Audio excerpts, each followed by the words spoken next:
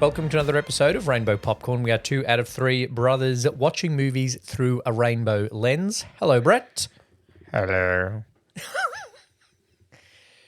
I can't say it like Frank. You're wet. You're wet. It's raining. Not as wet as she is later. Oi. Hey, that's what I thought when he said that. I'm like, did he mean wet as in wet? No, he meant as in it's raining. Lee. It's raining. The Rocky Horror Picture Show, is what we are watching as our first Mad Scientist movie for the month of August. Traditionally a Mad Scientist month. Yeah, it is the month of mad scientists. It's actually... like June is Pride Month. June is Pride Month. July is all about introducing people to your family that they didn't know and the partner that they didn't know. Yep. And August is traditionally when people try to create a person out of nothing. It's when the Nobel Prize is on. It is. It is. I don't know It's if also it when is. this movie is set. Oh, really? Yeah, in Denton, it's notoriously wet season. You just made that up. I totally made all of that up. Denton's not even a real place. I thought it might have potentially been in August, but I don't think they got that specific. That cold, It's that summer in late the States. September evening? Oh, yeah. November. He's in my top 3 Whoa. narrators. We're going to get to that. Let's have a drink. Almost a Christmas movie. That late November. It's a Thanksgiving movie. Well, they do feast. Anyway, we'll get to that. Oh, all right. Anyway, we have a pub tinny. Tinnies, pub classics, raspberry. Alcoholic raspberry crush. Thanks, Liquorland, for putting these on special. Cheers. As long as they're not off. Cheers.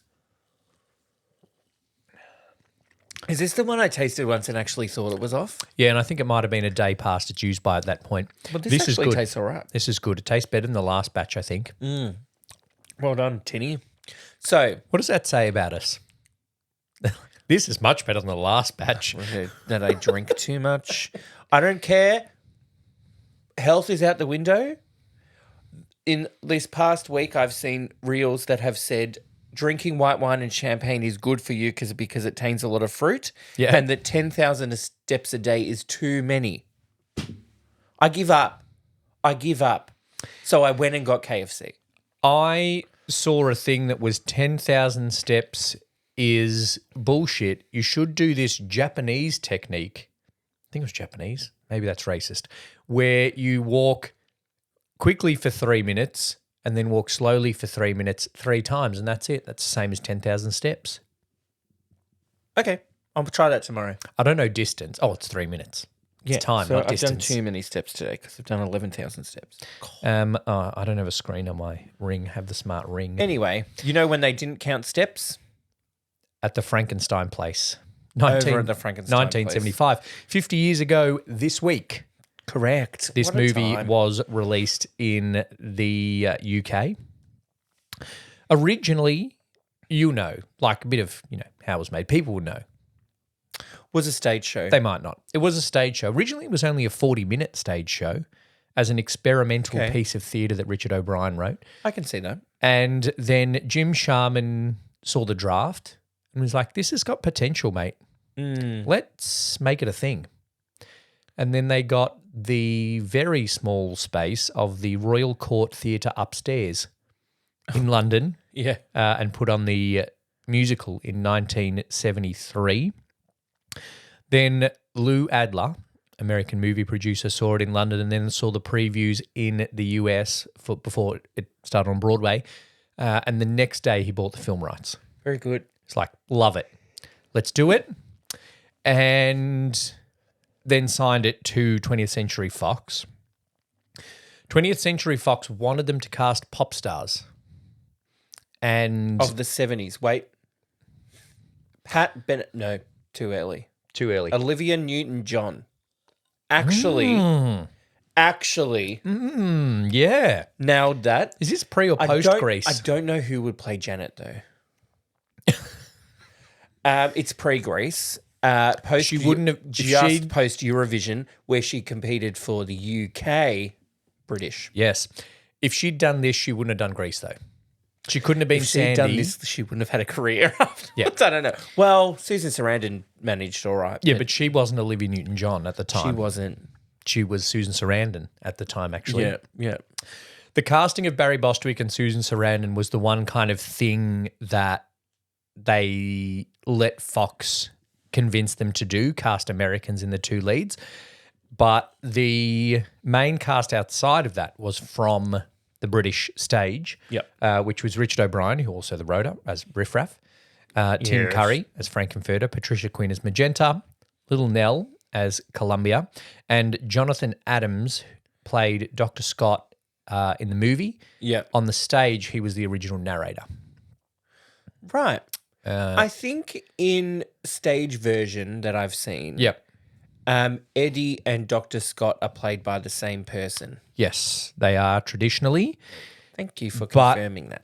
Meatloaf was cast for this movie, and according to Richard O'Brien, the hot patootie, like no one in auditions could get all the words out. Well, And then it came to Meatloaf, and he's like, well, he can sing it, so let's give him the part. I have thoughts on that. Should we do that now or later? We'll get that later when we go through it.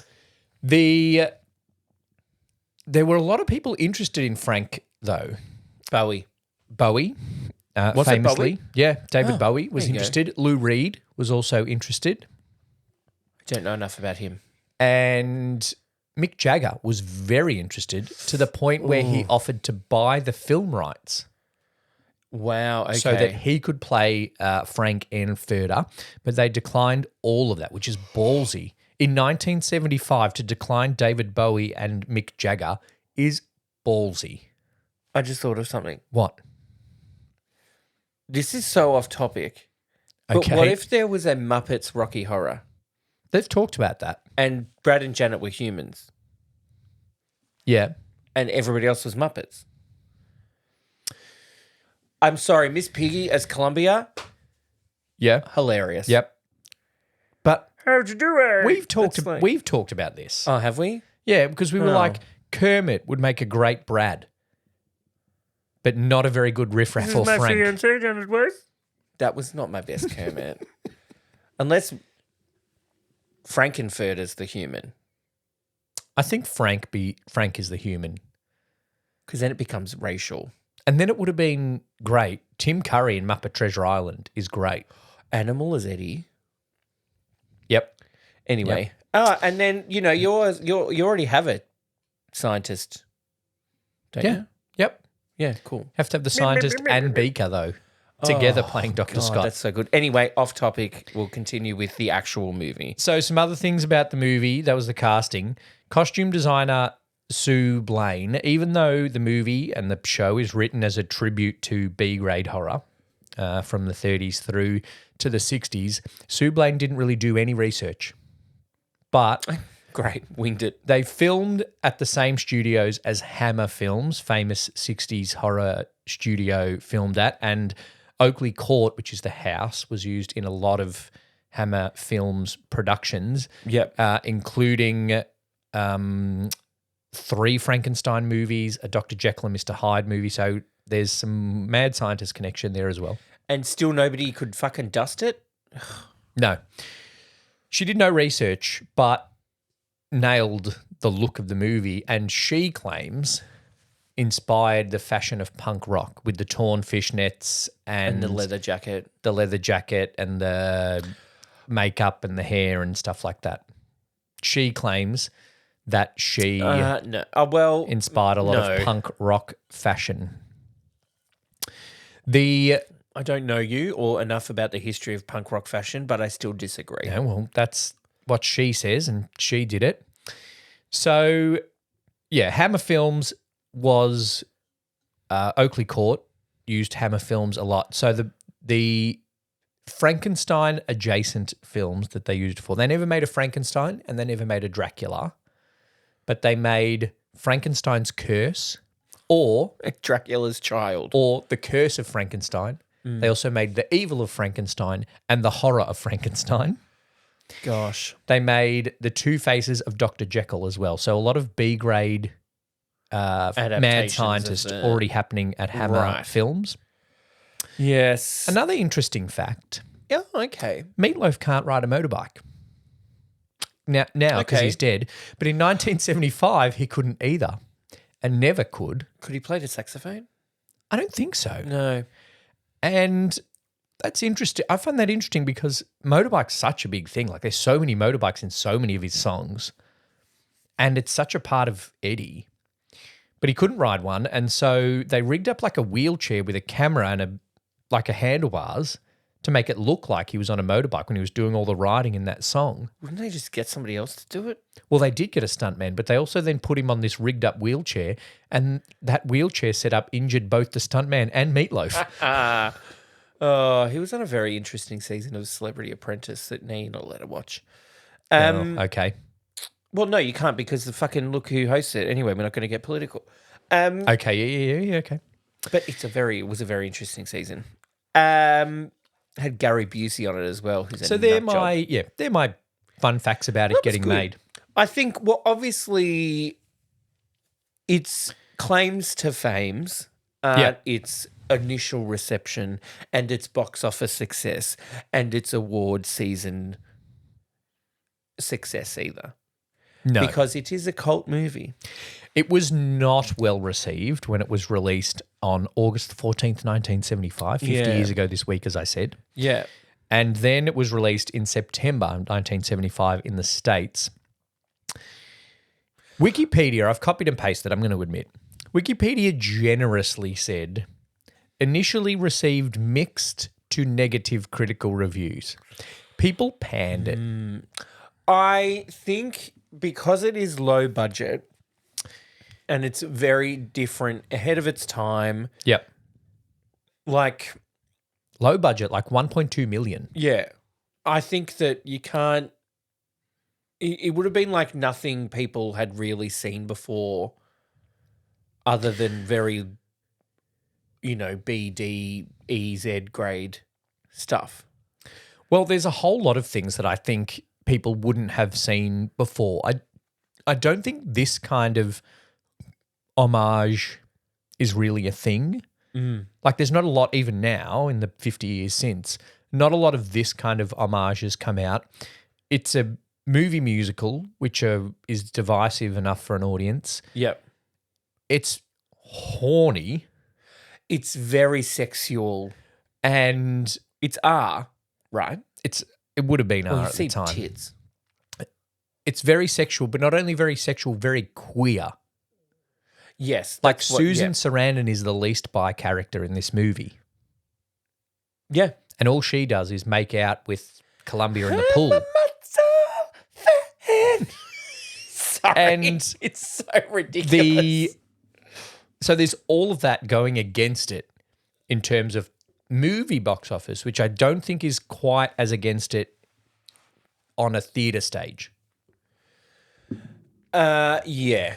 I think theatre audiences at the time would have been a little bit more open to a little bit different things. Yep.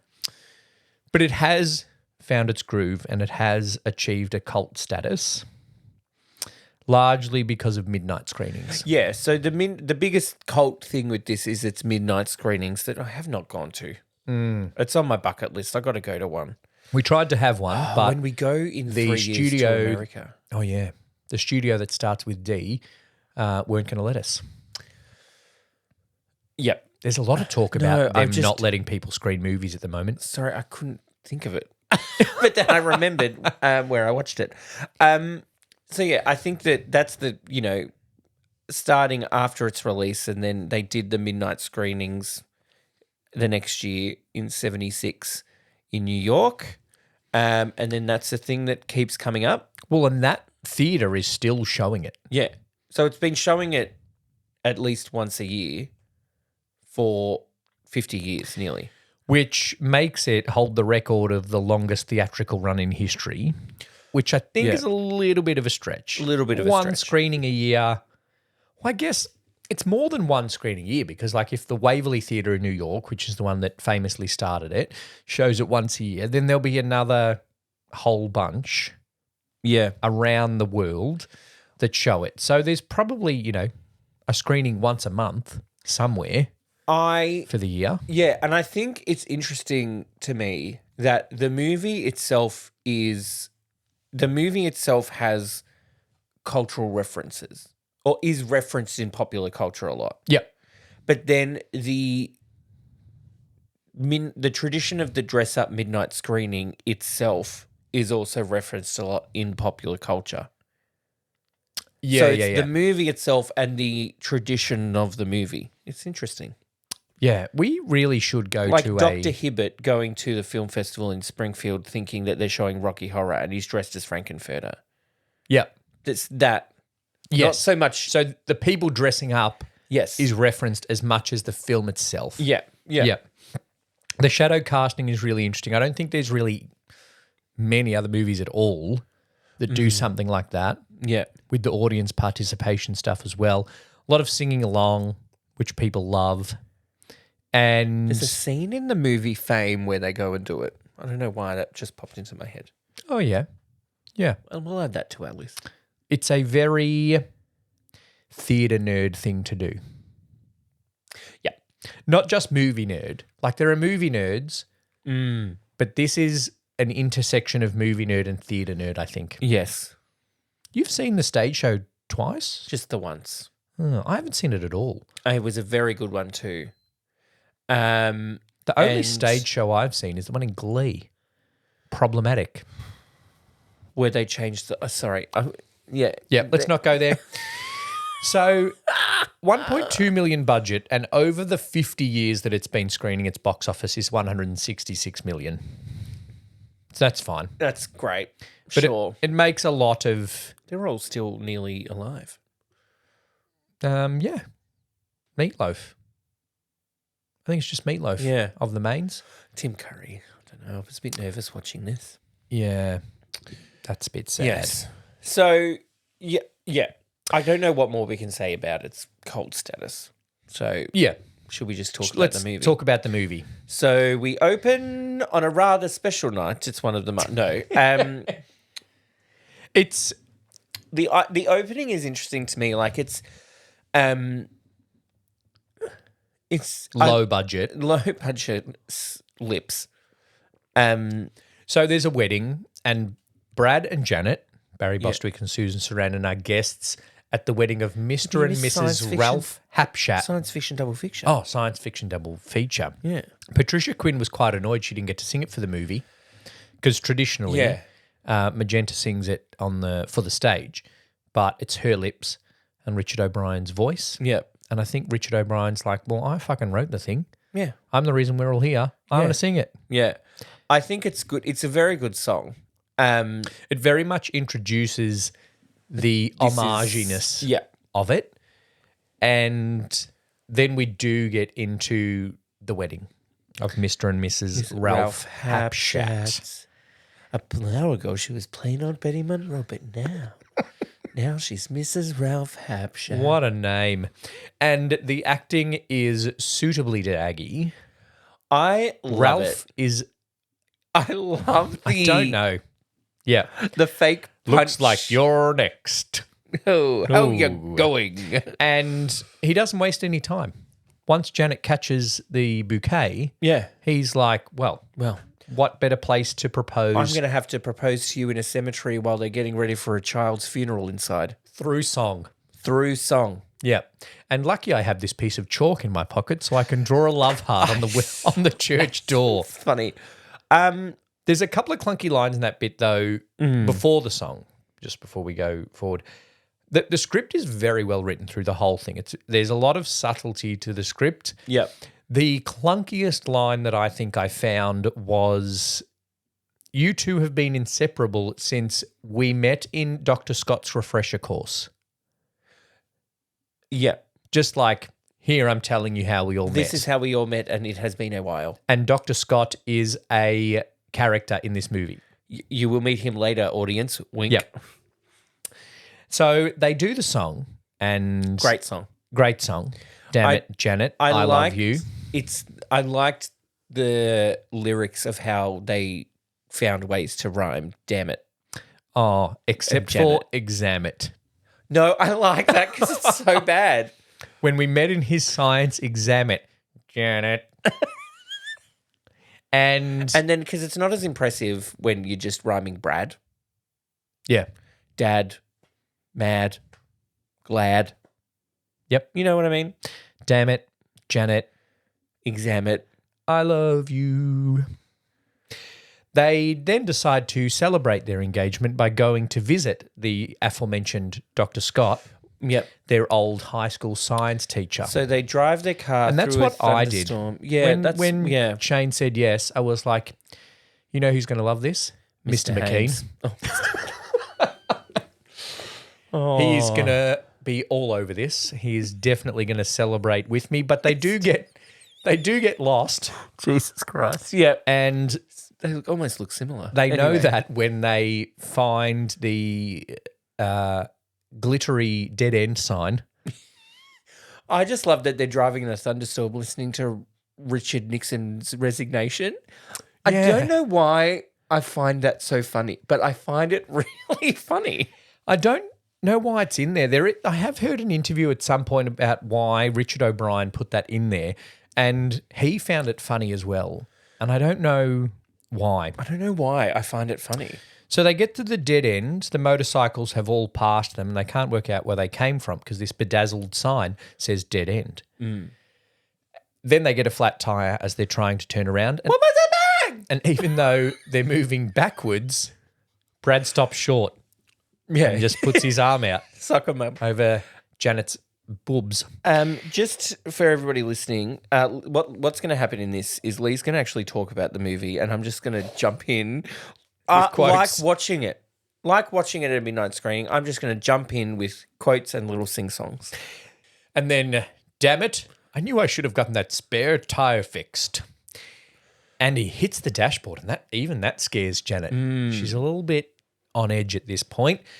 He says, didn't we see a castle a few miles up the road? Yeah. Which is a perfectly normal thing Yeah. on the outskirts of Denton. And he says, I'll go back. Maybe they have a phone. She says, and this line I really like, and I hope it's written in there as some foreshadowing. The owner of that castle could be a beautiful woman and I'll never see you again. I believe that might be foreshadowing. It could be Frankenfurter could be a beautiful woman. Could be. At many points, he is a beautiful woman.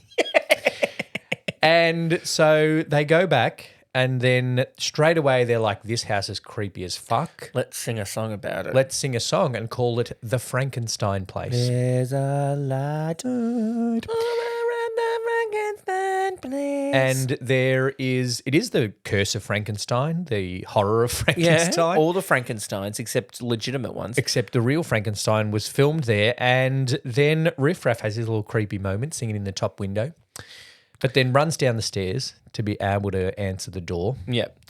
I enjoyed Brad's The Mirror of New York. Yeah. Yep. Quirky. He does this kind of like really staccato, and even like the way he rang the doorbell, it was like, like He's like, it's just hi, my name is I'm Brad Brad Majors. Majors. And then he's like, hand out. You're And Riff Raff wet. doesn't want to sing. And then they have arrived on a rather special night. Come inside. They have arrived on that a rather foreshadowing as well, a or- special night. It's one of the Masters' Affairs. And they're both ending up as two of the Masters' Affairs. Then they have affairs. Yeah. Oh, lucky him. And then Magenta appears from the banister. She slides down the banister. And then the song that was added so that it was longer than a 40-minute experimental theatre piece happens, which is the Time Warp. And we both wrote in our notes, no story. It doesn't fit. It's the most iconic song from the show. Yep. Actually, popular, whatever. Look, they don't play Sweet Transvestite on Gold FM, if that's what you mean by popular. They did it on Glee though. Speaking of songs, Over at the Frankenstein Place is underrated. I really IMO. like it. I really like I it. like almost all of the songs in this. Actually, The one that I would have deleted is the one that they did delete, because I have the soundtrack, the Brad's song. 25th anniversary soundtrack, No Superheroes, which is kind of which over is the over credits. So in the stage show, there's another song that Brad sings on his own. That's actually a pretty good song. We're going to get to that. Well, we're going to get to the point of the movie where that song would have been. Yep. And then I'm going to talk about something that happened with the movie because they took the song out. So Time Warp doesn't fit. And you think that until at the end of the movie, they do the Time Warp. And then I'm like, so is this dance activating the sonic transducer to transport them? Time Warp to Transylvania is like the Nutbush to Australia. It's like a cultural dance that you do, like when you're feeling homesick, like you're in a foreign country or planet, and then you're like, oh, I just want to be around my fellow transsexual Transylvanians. I just want to remember I this just wanna dance that do I got taught in grade 5 PE. I just want to do a jump to the left and a step to the right. Do you know what they don't do? What everybody does, they never bend your do knees in arm tight? up, hip, hip. Well, that's not move. part of the steps. That's No, just but added it's on. what we do. Yeah. If you're at a party, maybe it's an Australian thing like the Nutbush. No, because they did it on RuPaul's Drag Race UK when it was a lip sync song. Yeah, but in the show, they don't do it. They just kind of move in a... It's true. They do this, like chorus line top hat move. Let's do Yeah, the the time. really small one did that quite well. And the gayest, I'm sorry, best extra was the gayest one of those people. I think there's one shot, a ham shot of him like putting his fingers in someone's mouth, like eating cake off his finger. Oh, And then later on when they're up on the balcony. the one that danced, they go, great party. Great party. That and one. then he's like just like lounging on a marble statue, just like his arms through the thing, like I'm like, love it. That's There me. are it's not a story song, but there are a couple of moments when Columbia fucks up the end of her little tap routine. There's a little look between Magenta and Columbia that is like, I fucking hate you. Get the fuck away from You me. just made everyone sit through 16 bars of fucking tap dancing and you couldn't even do it right. God. And there's a lot of... And why did you fuck that up? Because that's not part of the traditional time warp. Yeah, you have tried to add this. You're not even Don't culturally appropriate our You're Transylvanian not even dance. a transsexual. God, that's... That sounds terrible. Lucky I edit these episodes, so I cannot isolate that and put that out as the listen to these guys think they can talk about queer movies.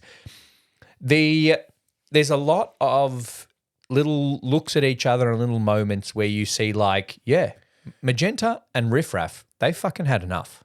Oh, it's like... They are ready to go Are we home. serious? Like, I'm Yeah. putting him a notice. So that's very good. Time warp, great. Say, any of you guys know how to Madison? One of my- Fuck. Read the room, Brad. One of my favorite lines after that is when Brad's like, This we isn't wouldn't the want Junior to, Chamber yeah, of Commerce. when he Brad. says we wouldn't want to interfere on their celebrations, which is very polite. Yeah. And then when she does say, this isn't the Junior Chamber of Commerce, Brad. Wait, he's being culturally sensitive because he doesn't want. This is a big cultural moment for them. Yeah, but the Madison is not a traditionally Transylvanian song. He's trying to then Integrate? force his. No, anyway. So you're trying to colonize this dance? Is that what you're saying? Yeah, and enter the master, Dr. Frank N. Furter, played by Tim Curry, as we've already said. What an entrance! Is this the greatest character entrance in musicals? Even just the Potentially. Yeah. just that little first notes. If you are a theatre person, is this one of those roles? Depending on the person, it's like it's like there would be people whose dream role is Frank Enfurter. Yeah, not the same people whose dream role is King Lear in terms of theatre people. But Tim Curry could probably do both and probably has done both. He was good in Home Alone 2. It's a great song. We can't talk about that either, Lee. Sweet transvestite from transsexual Transylvania. And you know what's interesting? We're so swept up in how good Tim Curry looks that we actually don't realise that he's actually telling you it's a place. Yes. Yeah. Yeah. That I am this from the planet. He doesn't say the planet, but he says from transsexual. Yeah. And we're like, at the time, we're like, well, this is a fucking great song. Who cares? I don't know what he's saying. Yeah. I don't give a It's crap. fucking great. You look like you're both pretty groover. He's a great singer. And then Great singer. it's a great song and his sexual magnetism and charisma. Good word. He's got Riz. He's got the riz, as the kids say. Yeah. And it's Lee. There are a number of fourth wall breaks in this movie. Yeah. A Even couple of those. excluding the narrator that talks to you. Well, There's actually been number two of them. moments of narrator that I haven't even mentioned. Yeah. The Denton Affair. That book is what makes me go, this is Criswell. 100% Criswell inspired. And I said it before, he's in my top 3 narrators. Criswell, Criswell, this guy, the criminologist. Charles Gray. That's the actor. Yeah. Charles Gray, he's not alive. The criminologist. And the guy who narrated the 1960s Batman. They're my top 3 narrators. Fucking hell. All right, Oh, next and week the- on the podcast, we're counting down our favourite narrators. Mine was me in Into the Woods.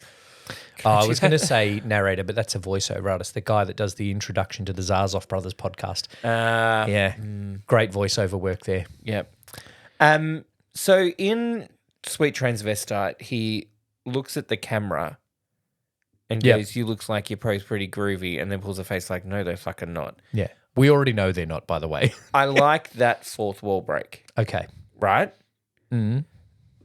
30 seconds later, when he throws glass at the camera, hate it. Yeah, when he does the drink thing, yeah. Glass, water. Yeah. What about towards the end when he like looks and goes, it's hard having a good time. Even smiling makes my face ache. I don't like that one, and I don't like. I knew he was in with a bad crowd, but in a worse than I thought. It was worse than I imagined. That was Aliens. that was awful. I apologize. I'll work on that. Okay. For when I interject later. So Brad and Janet, after meeting the master and they do their little song and she faints 3 times in 3 minutes, are relieved of their wet clothes, which at first I was like, is there a story reason behind this? Yeah. But then I remember that Frank did say, I'll remove the cause, which I assume is the moistness of their clothes. The clothes, he's not Well, going no, to... the symptom is wet clothes. The cause is the rain. The symptom, you're shivering. Maybe the rain isn't really to blame. So I'll remove the cause. Oh, The cause is anticipation. great band. I Are the lyrics see- saying that he's making them wet? see you shiver with anticipation. Oh, patient. But maybe the rain isn't really to blame. Right. So this is the the line I don't know. shivering is the symptom. Maybe the, The rain cause is their. I think he sings, but maybe the rain is really to blame. I thought it was isn't really to blame. Yeah. So I'll So- remove the cause. So the wet clothes are removed and they go up to the lab. The That's wet the point clothes anyway. is causing the symptom of the shake. The shiver. So the shiver, he's removing the wet clothes. Yes. But they're still going to shiver with anticipation. Yes, but he's also removing the anticipation because they're going up to the lab. Yeah, it's a double entendre. Yeah. And then it also gives us an excuse for Susan Sarandon basically to get her tits out and for Brad to be in his tidy whities. Yep. Some people would give their right arm for the invitation and she throws the clothes. I've seen it. I And don't then like that bit. Columbia goes and they all go up to the thing. And then coloured liquids make a man. Gay coloured liquids. The make a rainbow. man. We don't know at this point what the creation is. I have to say, you know what I wrote in my notes before it came up? There's one bit in the movie that always is like sticks in my head. And it's when they're taking the sheet off the fish tank. Yeah. And he goes, habla, habla. I don't know why that sticks in my head. It's a word. It's got to mean something. Habla. So then they do and then all the other Transylvanians are up on the balcony watching. Brad and Janet get a front row seat VIP. to it. And he kind of talks a little bit about what it is. And then habla. Habla. And we see the man in the bandages. And then Riff Raff spins the wheel. Cranks that The thing. colours get put in. And then... They put in colours in. It's really funny. And then out comes a singing and some would say dancing muscle man. With terrible hair. Yeah. But also, they definitely only cast. You don't even have to Google this. You can just watch it and go, they didn't cast him for his voice, They didn't cast him for his voice or his acting ability or his dance ability. which he's like not even a single threat in theatre parlance, is he? He's a no. He's a gold hot Parlance. pants threat. Jesus, parlance. Fancy words. So he comes out singing Sword of Damocles, which means I've just woken up here and shit's fucked. Yeah. Really? I've got a feeling someone's going to be cutting the thread. But That ain't no Shana lie. Nana, that ain't no crime. To be a little bit worried about what's going on. That ain't no lie. Did That's they say that? They sing that first. Yeah. Na na na na. Yeah. Shana Nana, that ain't no crime is the later. I believe perhaps this is the song I will skip. It's the not greatest song. I'm not a fan of I'll Make You a Man either. I Can Make You a Man. It has also a double meaning because he can literally make a man, Yep. but also can make you a man, Which he in does the figurative sense. at the end of the song as they retire. To the conclusion of the somber bridal suite. Yes. And Brad and Janet were shown to their separate rooms. Both apprehensive and uneasy. A feeling which grew. And Anyway, but before they are shown to their separate rooms, another of Frank's creations breaks out of the deep freeze on his motorbike on his motorbike through ice, sorry. through ice/door. And then, as you do when you're like, this guy tried to murder me, but I'm coming back. So I'm going to tell you how much I love rock and roll. Whatever the fucking words. Sorry. I don't know how many times I've heard this song. A lot. I don't know half the words.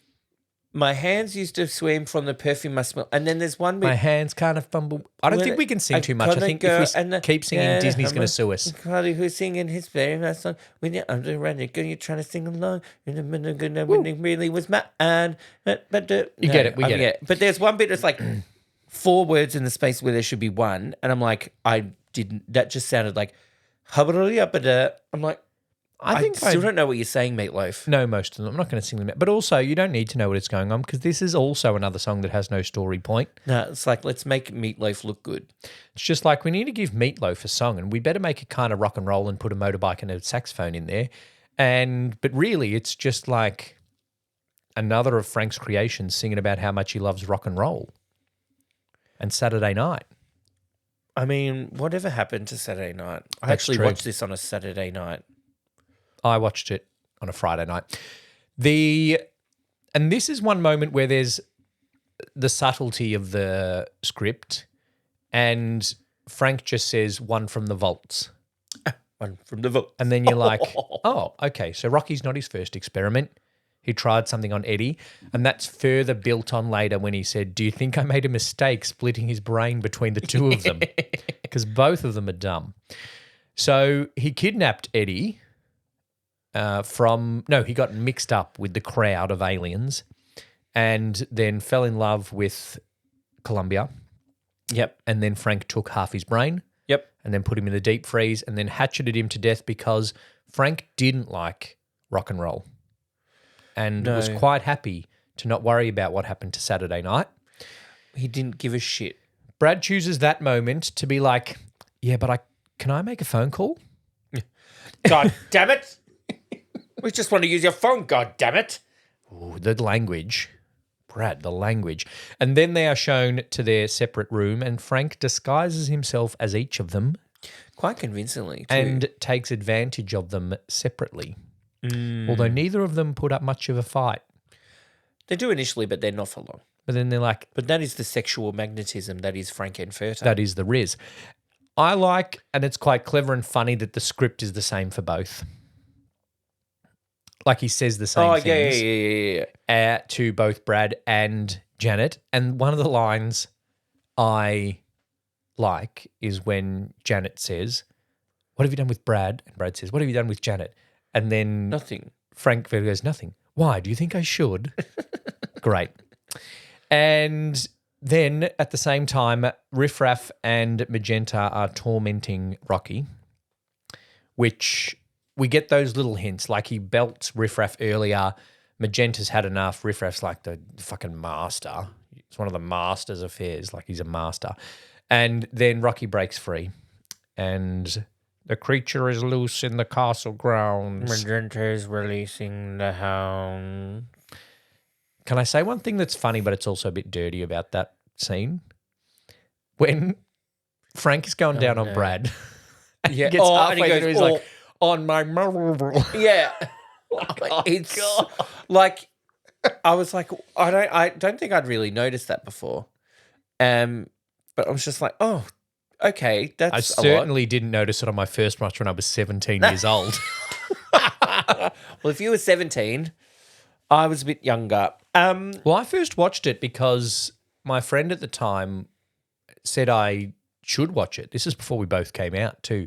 So I feel like he was a bit like, I'm going to make Lee watch this movie and then see if that brings up anything for him that he then- might want to talk to me about. And then Lee came out the day after.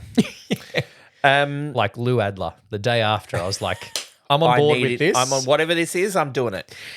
Janet's upset about being had, quotes by Frank. I love the directing and the shots of where are we? Cut. How did we get here? So Cut. those things were meant to be cut into that song of Brad's that's cut. And that's 'Cause why he it's a has- bit... I love they hope that, but they have both their epiphany songs after they have sex. Yeah. And hers is Touch a Touch a Touch Me. She's like, I want more, and I think his is something along the lines of like, oh no, I actually love Janet, But I might be actually a little bit bi. but that was nice. But I think I love Janet. Yeah. So that was meant to be cut in with those little bits of her being like, oh, what have I done to Brad? And then, as you sung before, she is a Muscle fan. So as soon as she sees Rocky, she's like, well, just fuck me. Let's just go, Creature of the Night. Creature of the night. Creature of the night. I loved it. It's like, because you said before the script is subtle, one Yep. from the vaults. The sexual parts are not subtle, a la, and fucking hell. And the whole song. So, touch it. Touch a touch a touch a touch me. Make you a man and touch me. Touch it. Yeah. Was that enough touches? I don't know if the song's called Touch It. Touch me. In the chorus, there's 3 touches before a touch me, but I think the song is just called Touch It, Touch It, Touch Me. And great way to get seat wetting in some lyrics. Much better than bad fretting. Yeah, there's the Glee reference, everybody. And bad fretting. Please. God. I'm fretting bad. Anyway. So they have the sex, and while Janet is having sex with Rocky, she also pictures everybody else in the cast. Yep. And Creature of the Night. then orgasms. And then they come looking for Rocky in the lab, and Frankenfurter is still Just bashing belting up Riff Raff. And then they find him post-coitus with Janet in the fish tank. They get angry. Brad, Janet, Rocky, Dr. Yep. Then Dr. Scott comes, Dr. actually. Scott's intruder. We have an intruder. Scotty, you know this earthling? That's the other clunky line for me. If he'd said human, I would have thought it's less clunky than earthling. Okay. Yeah. Mhm. Well, it would have been, Still clunky, but yeah, but it's more subtle. a little bit Than more earthling. subtle. Yeah. Yeah. So then through the magnet, which you only see one string of, he gets magneted on a path, not directly magneted until the last wall he breaks It's through. around Magenta and Goes around Columbia. Magenta and Columbia through the Zen room, Through the Zen room. He starts in the Zen room, Starts in the which Zen is room. hilarious to me. up the stairs, which is great. And I don't even care that you can see the strings.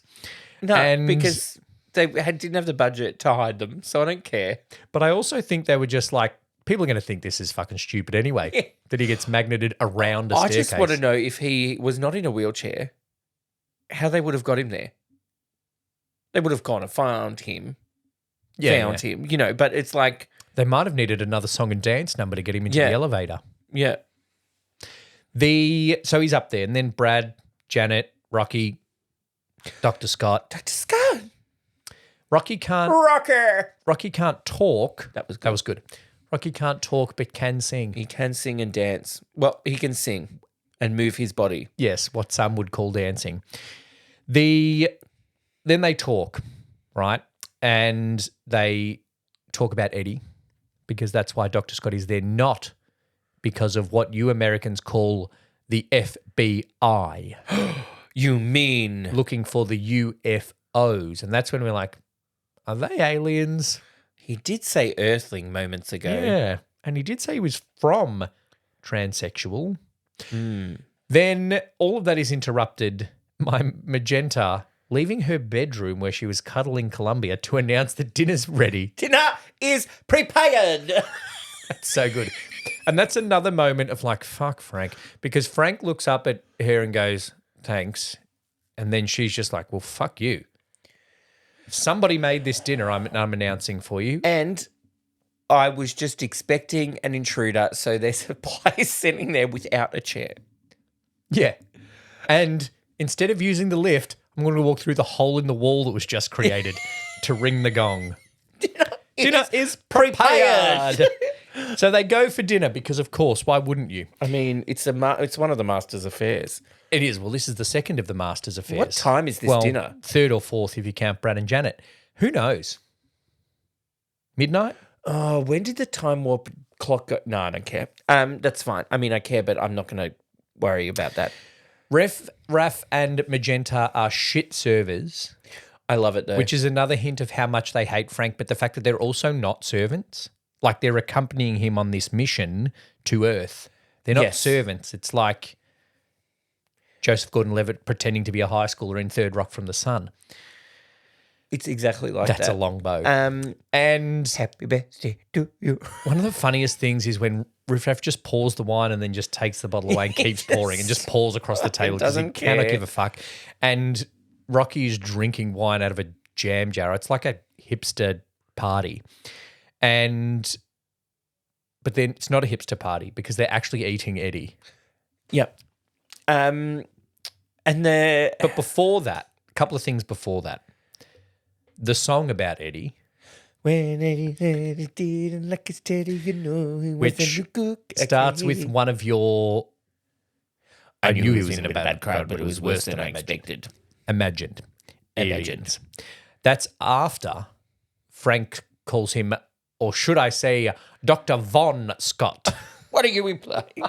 Like in 1975, the worst thing to be is a German scientist, but he clearly has an accent. Like he's not from Denton. I don't know what Brad was thinking. And And then after the song, they say, "Oh, that was a very tender subject." Yeah, tender subject. And I like that line because it's clever, but they catch on a bit quick. They catch on very quickly. Especially Columbia, who is not smart. They've probably eaten a couple of bites and gone, "This doesn't taste beef. like pork. Lamb? No, it's Is too. it venison? It's not chicken.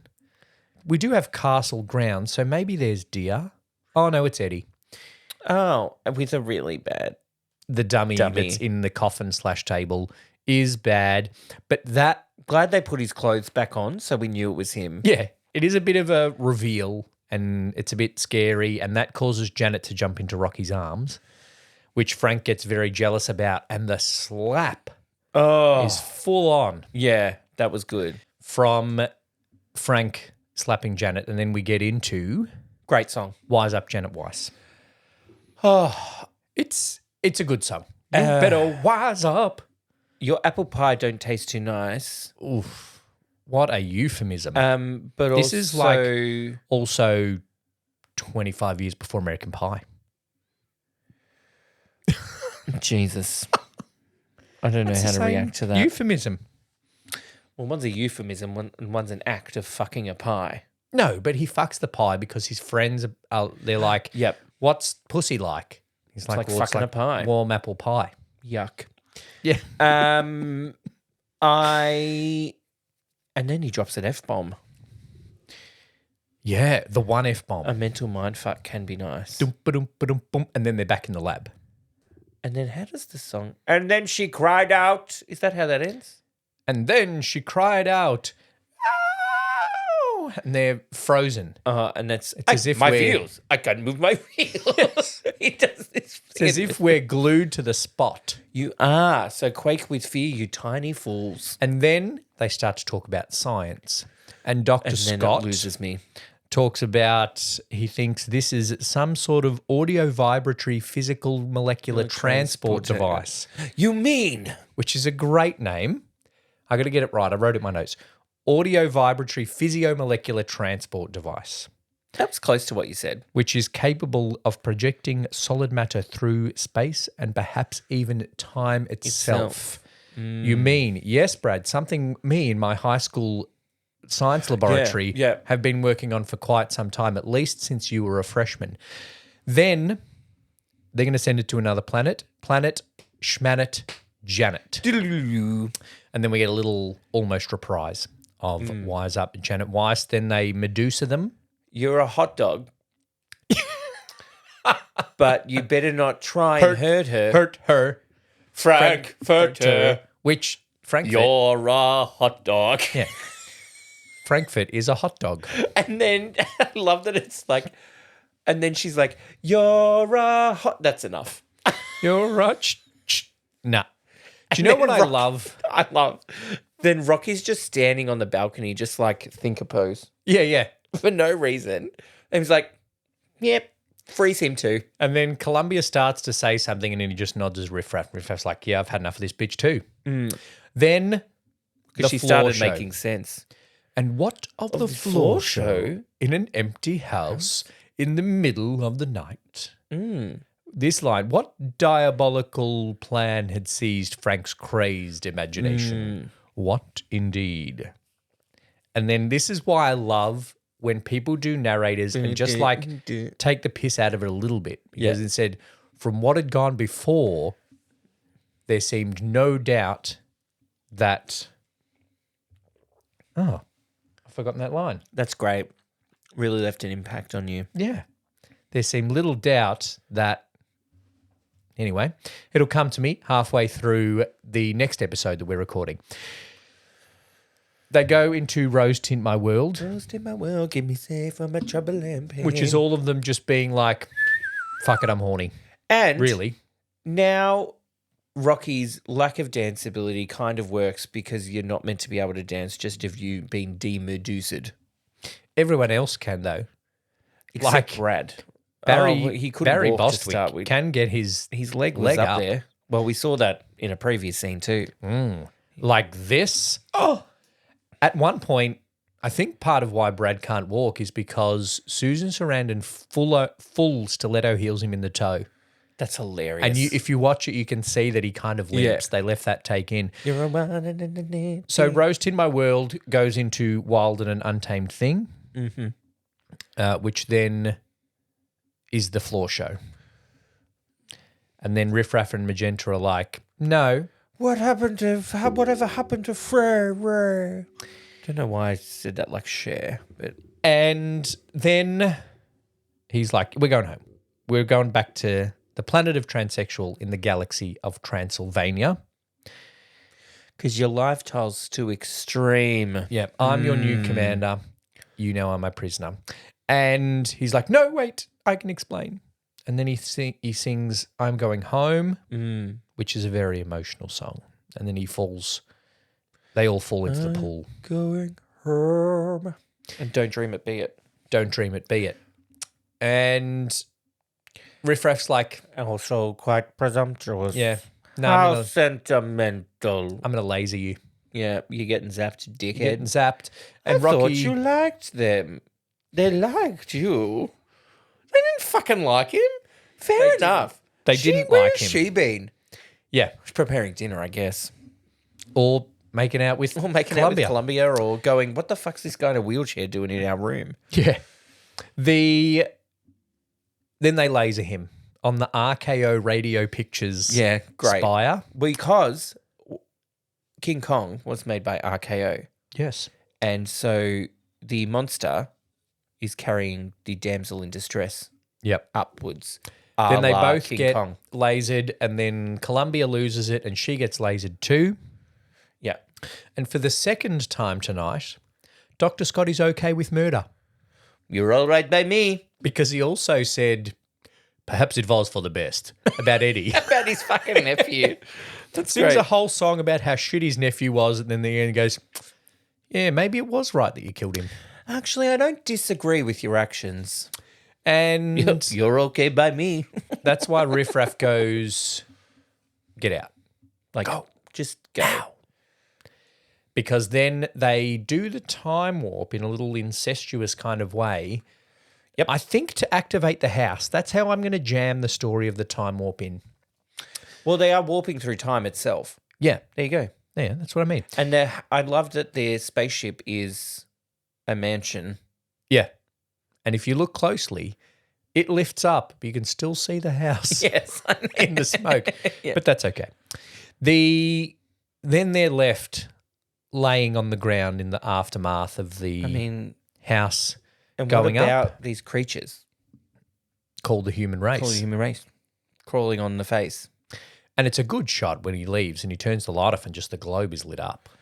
Pretty good. Yeah. Then that's the end of it. Great film. Great film. Iconicness. I do wonder if I would have liked it originally.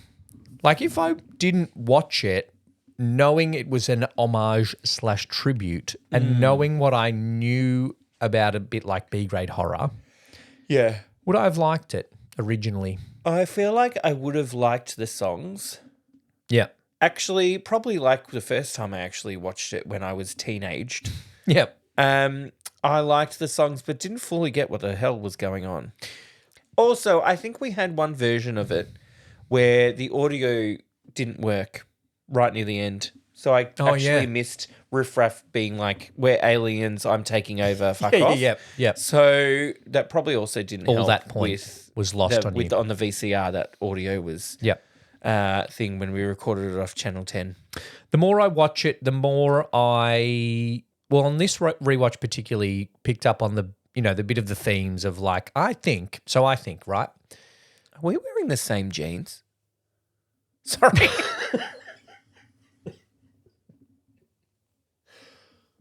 Maybe. Do you shop at Kmart? Yeah. Like, Anyway, different themes. Jeans aren't one of them. so themes. I might be stretching a little bit. There's the theme of sexual openness and promiscuity, Yep. and that's your lifestyle's too extreme. Like that's what the right He's come at here the time to would a have foreign said. planet, said, well, I'm just going to fuck everything that moves. And they're like, hang on a minute. We're here for scientific purposes. But I I also think I don't actually know. it's the planet of transsexual. I feel like it's a horny planet. Well, yeah. It's also a nighttime planet, as Magenta says at the end, on your moon-washed shores. Ah. Yeah. So it's a missed that. nighttime planet. And at night is when naughty things happen. It's when people are at their horniest. And that's when the kids get promiscuous. Promiscuous And that's girl. what That's people- what Nelly Furtado said.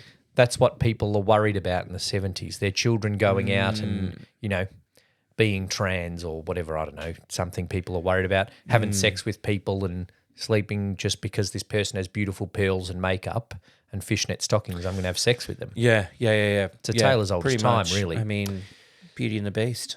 And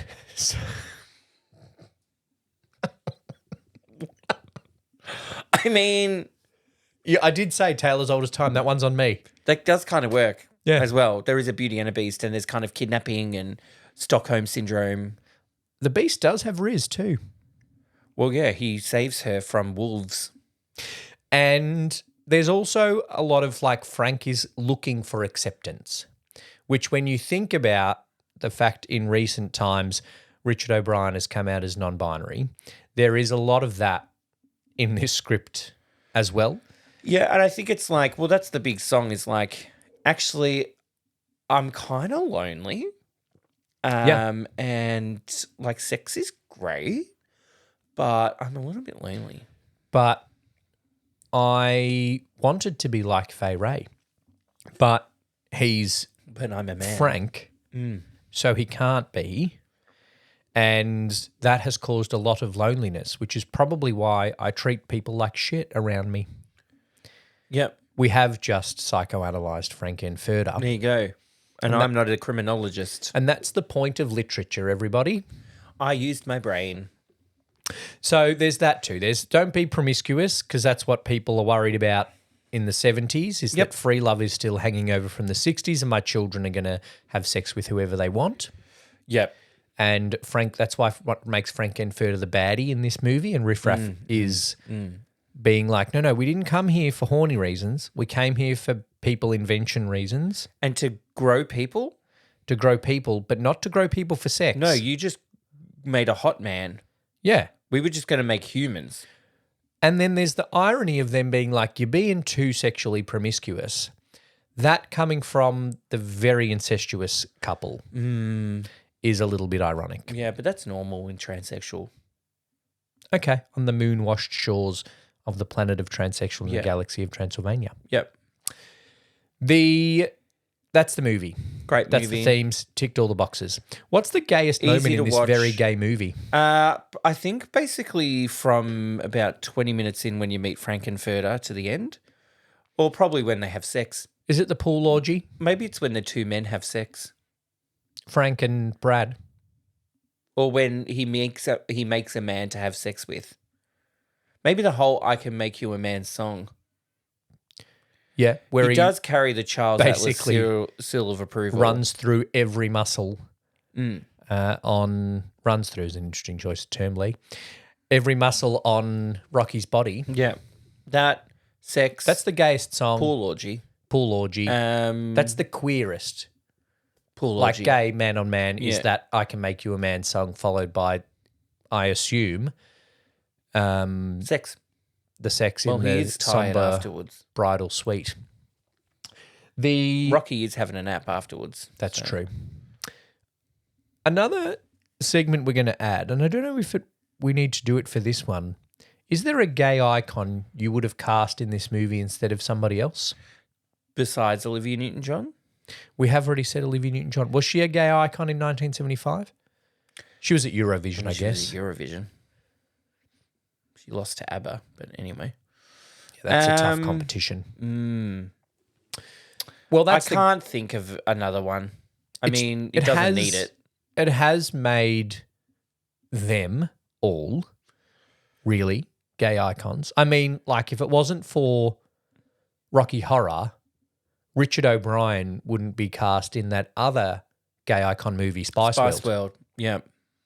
And that's his big break. That was what he will be remembered for. Imagine your IMDb top 4 is Rocky Horror Picture Show and Spice World. And that's it, because that's all you've done. That's pretty much it. But like, I often think with like one-hit wonders, which Richard O'Brien essentially is, when it's a one-hit wonder at this cult status, Yeah, you don't need... are you okay with that? Well, you still make money off it.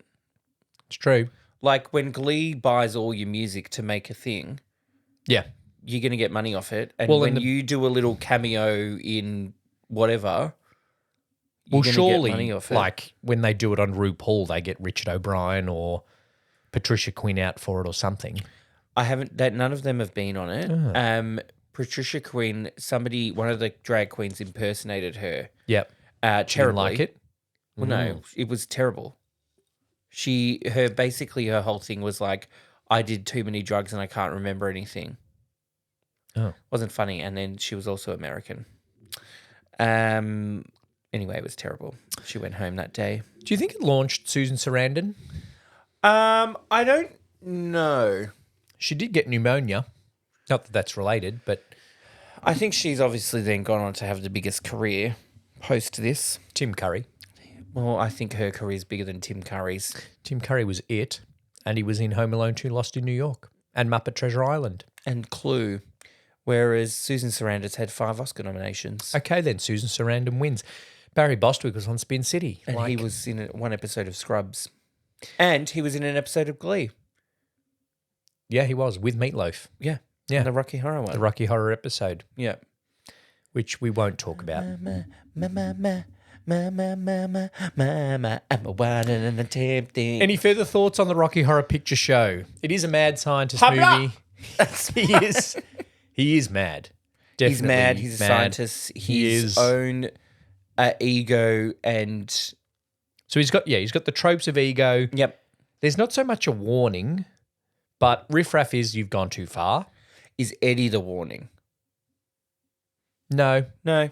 because no one really, certainly in the movie, no one says you shouldn't do this. He kind of says it himself, but nobody goes. It's not like he goes, "Do you think I made a mistake splitting the brain between them?" And nobody goes, "Yes." Yeah, we told you that. Mate, dude, the fuck? And mate, dude, the fuck. That was terrible as well. I apologize. one of the other tropes of mad scientists is that they are killed by their own creation. That doesn't happen. Well, they are He's protected by his own their creation. their own ego and Is their downfall, which is the their big trope, downfall. and that is what happens. they can sing. I mean, that's not a trope, but maybe it should be for more mad scientist movies. Just more movies. Just more movies have sing songs. Yeah. We are going to next watch The Fly. I know last episode we said we were going to watch Young Frankenstein, but it is not available anywhere to stream or to rent. So Just we disappointing. are going to watch The Fly with Jeff Goldblum instead from 1986. Jeff Goldblum and Gina Davis. Thank you. The other half of Thelma and Louise. And that's going to be interesting. I've seen The Fly once ages ago. Never seen it. Looking forward to it. Thanks for listening to another episode of Rainbow Popcorn. Follow us on the socials at Rainbow Popcorn Pod. We've just brought back Two Drink Cinema We have. with a general chat about movies once a month. So jump back on the Two Drink Cinema podcast feed. If you're watching this on YouTube, it's all on the one channel. Great. Like us on the socials or hate us on the socials, as somebody did in the YouTube comments recently. Thank you for your hate. The little algorithm boost is much needed and appreciated. Thank you, Brett. Thanks, Lee.